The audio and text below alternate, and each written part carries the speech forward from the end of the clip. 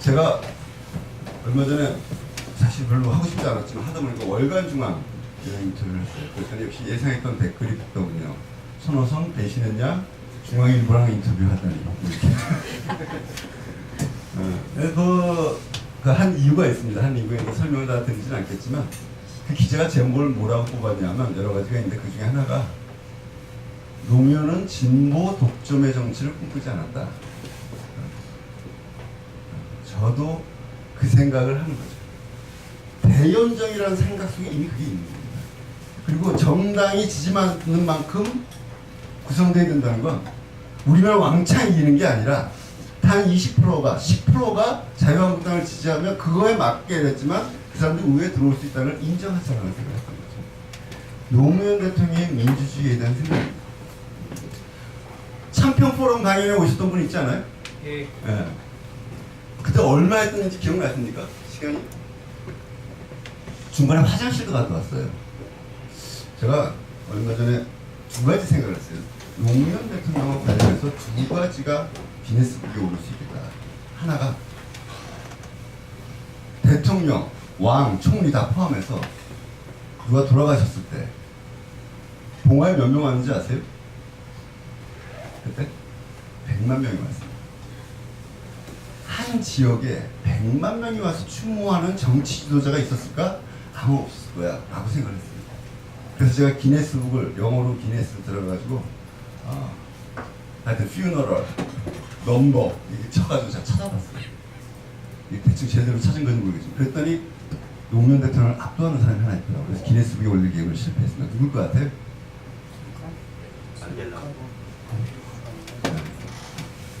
이게 정치 지도자가 되는 건 아니더라고요. 정치 지도자이자 종교적 지도자. 호메이니옹이 죽었을 때 1980몇 년인데 1000만 명이 우리를 따지면 국도 1번 일본 국도에 깔린 거예요. 그 장례차가 지나가는 난리가 났어요. 그래서 이건 안 되겠다. 이건 복이다. 그 다음에 제가 생각한 게 현직 대통령 총리 중에 국회에서 필리버스터 하는 거 말고 가장 긴 연설 없는 사람이 누굴까? 아마도 그는 노무현 대통령일 거다 라고 했는데 기네스북 들어가서 영어로 뭐라고 쳐야 될지 몰라가지고 제가 확인을 못했습니다. 아무튼 참여정부가 포럼 강의 여러분들 기억나시면 노무현 대통령의 정치에 대한 민주주의에 대한 생각이 가장 집약되어 있는 연설이었다고 저는 생각을 해요. 혹시 10주년을 기념하는 노무현 대통령을 되돌이켜보는 생각을 하신다면 제 생각에 한 번쯤 이거 다시 한번 읽어보시면 어떨까 생각합니다. 거기에 민주주의에 대한 노무현 대통령의 생각이 나옵니다. 민주주의는 하나의 거대한 사상이기도 하지만 특이한 얘기를 하세요. 기술이라는 표현을 하세요.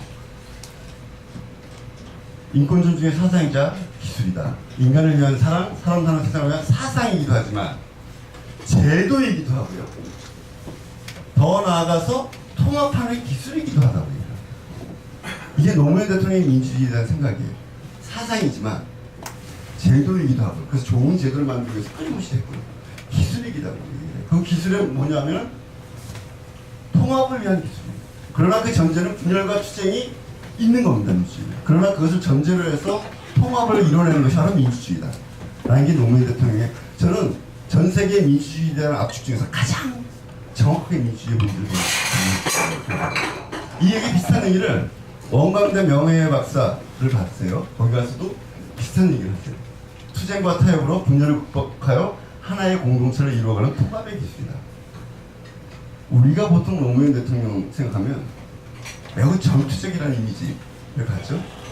뭐 그런 얘기도 있더라고요. 어떤 노무현 대통령 지지자 중에 일부는 문재인 대통령 다 좋은데 스타일이 마음에 안 들어. 그리고 화끈하게 전투적인 얘기인데 문재인 대통령 너무 인품이 훌륭해. 나는 기본적으로 노무현계야. 기질상한 맛 이런 얘기를 하시는 분이 있다고 할 정도로 노무현 대통령은 우리가 굉장히 전투적인 이미지를 기억하죠. 비타협적이라고 생각하죠. 그러나 노무현 대통령은 사실은 어떤 서민을 우선해서 서민을 먼저 대변하면서 전투적으로 임하기를 하지만 궁극적으로 사회 통합을 이루려는 생각을 분명히 갖고 있었던 분이랍니다. 제가 원래 꼭 그러고 싶지 않았는데 알릴레오 아시죠? 알릴레오 고칠레오에 제가 몇 번 차출돼 나갔습니다. 또 피곤한 상태에서 제가 몸도 안 좋을 때 나가서 옷을 대충 입고 했더니 댓글에 어떻게 저렇게 꾀지지한 옷을 입고 나와서 방송을 하냐. 그래도 내용은 들을만하네. 이랬던 분도 있습니다. 그 중에 제가 했던 거죠. 언론과 노무현 대통령 관계를 했었습니다. 여러분들은 노무현 대통령이 언론과 싸운 기억만, 지금도 그래서 우리가 조중동과 싸워야지 않는 전투적인 의식을 항상 다짐합니다. 그런데요, 그때 혹시 그거 보셨으면 노무현 대통령 때요, 언론에 대해서 대응과 수용을 포함한 건전기사 제도를 운영합니다. 조중동 포함해서 나왔던 기사 중에 비판적인 내용들 중에 이건 일리 있어 라는 것과 이건 말도 안 돼, 거짓이야, 왜곡이야 라는 걸 구별을 합니다. 그래서 우리는 후자 싸움도 많이 했지만 전자, 그래서 통계적으로 보면은 실제로 대응했던 것, 문제제기 했던 거 말고 수용하기로 결정한 거에 기사보다 훨씬 더 많습니다. 그리고 그 기사 하나하나들에 대해서 어떤 것들은 법령으로, 어떤 건 시행령으로, 법으로 시행령으로, 정책으로 반영을 합니다. 그리고 그 통계를 어떻게 조치했다는 일일이 다 발표했었습니다. 노무현 대통령의 이 양면을 우리는 동시에 봐야 된다는 겁니다. 우리가 기억하고 있는 어느 한 측면만이 아니라, 또는 저들이 노무현 대통령을 폄하하려고 하는 사람들이 기억하고 있는 그런 한 측면만이 아니라 노무현 대통령은 민주주의자였다는 얘기를 하는 겁니다. 제가 해봤습니다. 자신이 옳다고 생각을 해서 전투적으로 싸우지만 궁극적으로는 국민들 전체를 통합해서 민주주의를 통해서 국가를 통합하고 하나의 공동체로 운영해 나가려고 했던 그런 정신을 가졌다는 사실을 우리가 20주기 때 다시 한번 기억해야 되지 않는가 하는 겁니다. 그뿐만 아니라 여러분들 그 뒤에 할 얘기인데, 노무현 대통령한테 붙었던 이름 중에 댓글 대통령이라고 기억나세요? 조롱조로 얘기했죠. 조선중앙회. 노무현 대통령의 두 번째 민주주의는요, 아까 했지만 사상이자 제도이자 기술이지만 민주주의는 또 하나 태도와 문화이기도 합니다. 노무현 대통령은 끊임없이 국민과 소통하려고 했죠. 그래서 때로는 댓글도 달았습니다. 댓글을 달았더니 조중동은 겨우 대통령이 댓글이나 달고, 당시 한나라당은 댓글이나 다는 한심한 대통령이다라는 식으로 비하하는 거였죠. 그런데 그러던 사람들 나중에 그 댓글을 가지고 권력을 잡으려고 했었던 것이기도 하지만, 노무현 대통령이 민주주의자를 제도로만, 기술로만, 사상으로만 한 것이 아니라 직접 실천하는 과정이었던 말씀을 제가 드리고 싶어서 하는 겁니다. 앞에 있지만 대통령이 중요한 연설문을 거의 직접 쓰십니다. 때로는 연설문을 딱 보고 마음에 안 들면, 그 얘기는 이제 강원국, 윤태영 등이 많이 하고 다니는 얘기지만 딱 덮고 그냥 즉흥 연설을 하시죠. 제가 인수위 때인데요, 저 회의가 지금 기억나요. 인수위 회의를 하는 그때 두 달의 인수위 기간이 있었잖아요. 요날 날짜는 저는 기억 못했지만 인수위 전체 회의에서 다음 정부에서 가장 활성화될 과제는 토론이다. 그럼 뭐라 그러냐면 뭐 이런 말들인데 토론공화국을 만들겠다는 말씀입니다. 저는 저희 들으면서 그렇지 않아도 필요한데 뭐 토론을 해. 대통령이 다 알아서 지시하시면 되지라는 생각을 합니다. 실제로 저는 그냥 말에 그치기 때문에 진짜로 토론을 좀 운영을 하세요. 이거는 뭐 여기 제가 물론 뺐습니다만 국무회의 아시죠? 국무회의 뭐예요? 장관들이랑 대통령 회의를 하는 겁니다. 김대중 대통령 때까지 국무회의는 1시간 정도는 충분했어요.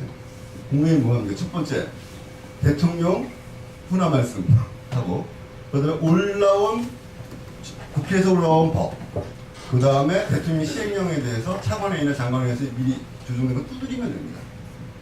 그렇게 했어요. 근데 노무현 대통령 때부터 이 국무회의가 3시간으로 나옵니다. 3시간. 실제로 1시간 반 동안 토론을 시킵니다. 쉬어야 되겠죠? 티타임 같습니다. 그리고 다시 1시간 반 동안 공통의 국정과제에 대해서 또 토론합니다. 5년 내내 이렇게 운영했습니다. 처음에 장관들은 화요일날 주로 했는데, 화요일날 12시에 점심 약속을 해서 가능하면 가려고 애를 쓰다가 12시 다 돼서 끝나거든요. 나중에 다 포기하는 겁니다. 왜 이렇게 했을까요? 토론하면 뭐가 달라질까요? 부처들의 힘이 다 똑같습니까? 제일 센 부처가 어디예요? 기재부가 됐어요. 제일 약한 부처는 어디일까요? 불행히도 여가부, 여성가족부, 그 다음에 뭐죠? 노무현 대통령도 했었던 해수부, 그리고 보건복지부, 유시민 이사장 이런 데는 되게 힘이 약합니다. 하나의 예인데 그냥 조정에서 올라오면 기재부나 행자부의 이름이 세게 반영된 입장들이 올라옵니다. 근데 그 자리에서 토론을 붙이면요, 큰 센 부서 장관이건 힘이 약한 부서 장관이건 같이 토론을 하게 되고 거기서 의사결정은 훨씬 민주적으로 결정이 될 뿐더러 힘의 균형을 이루게 되고요. 집단 지성도 찾아낼 수 있습니다. 실제로 5년 동안 이렇게 운영합니다. 그리고 너무 기니까 중간에 쉬어요. 여러분들 문재인 대통령 처음에 되셨을 때 티타임 하는 거, 저 오늘 사진 같은 거 안 가져왔는데 이걸 뺐는데 기억나세요? 근데 그 티타임 미안한 건 문재인 대통령 때 처음 한 게 아니라 참여정부 때도 5년 내내 했습니다. 그 차도 직접 타서 마셔요. 노무현 대통령이 좋아했던 커피가 뭔지 아세요? 다방 커피? 다방을 부를 수는 없잖아. 공지 커피. 무슨 얘기는? 맥심. 키믹스. 5년 내내 저도 그거 먹었습니다. 그거 먹으면 속도 좀 버리고 있는데. 이게 한 1년쯤 지나서인가? 2년쯤 지나서인가? 한명수 총리가 되신 다음에 노무현 대통령도 심각한 제의를 합니다. 이 티타임 시간에 먹는 커피가 맥심 커피밖에 없다.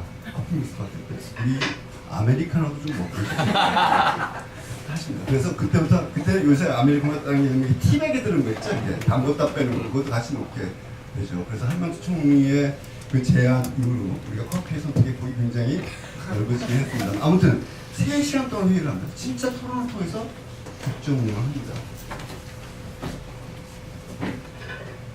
이지원 들어보셨어요? 이거 뭔지 아세요? 들어는 봤는데 이지원의 이 뜻이 뭔지 아세요?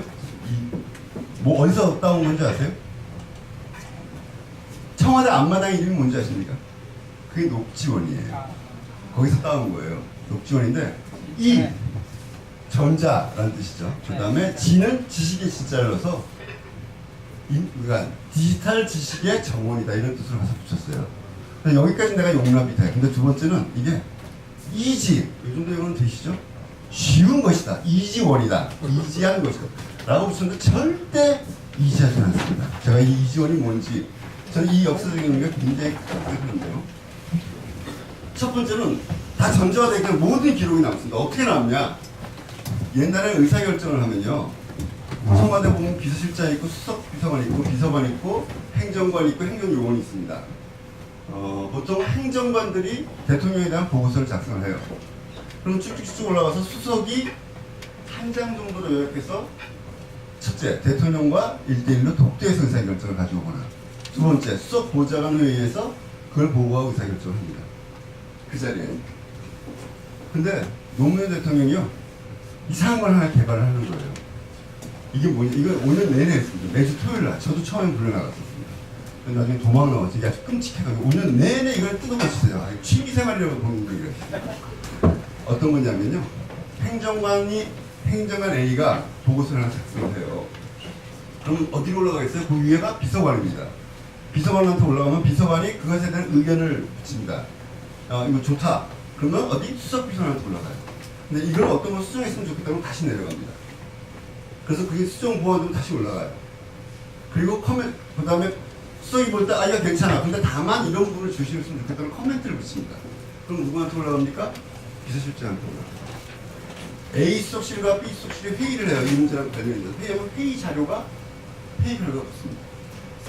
최초의 행정관이 만들었을 때 참고 자료가 한 300페이지 되는 건 그대로 파일을 붙입니다. 디지털이니까 가능하죠. 그렇게 해서 그것이 노무현 대통령한테 매일 올라갑니다. 하루에 많을 땐 4, 50개, 적을 땐 20개 올라갑니다. 그러면 첫 번째는 이건 뭐겠어요? 의사결정의 과정이 대통령이 다 보이는 거예요.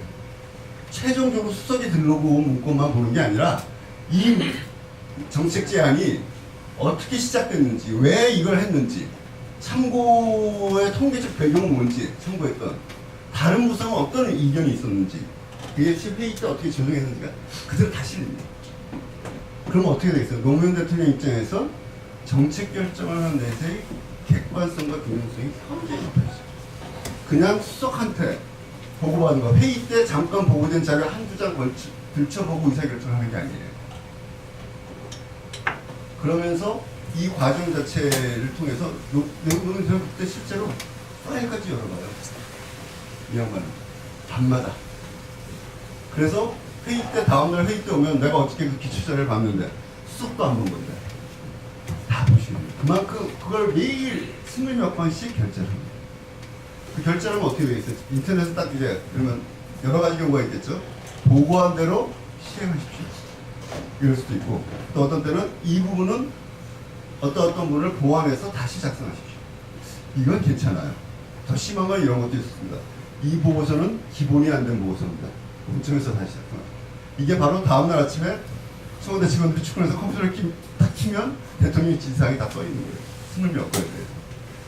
식은땀 나는 일이죠. 아침 컴퓨터를 켜기가 굉장히 두려웠던 거죠. 이렇게 되니까 대통령의 의사결정의 정확성, 객관성, 균형성, 심도 훨씬. 두 번째는 이 과정에 다 어떻게 디지털로 남는 거예요. 그렇기 때문에 나중에 기록물 사건 때문에 곤욕을 치르셨지만 이 내용들이 그대로 다 남아있습니다. 그것이 이지원이 지금 담고 있는 기록이 한 870만 건 정도 돼요. 이러니까 그렇게 남지 않겠어요? 요즘 여러분들 잘 아시는데 이게 과정이에요. 올라갔다 내려갔다 했던 과정. 지금 만 4년 뒤면요 대통령 기록물의 상당 부분이 공개됩니다. 그 지정 기록물 15년 기준으로 했던. 그래서 2008년 기준으로 따지면 플러스 15면 얼마입니까? 한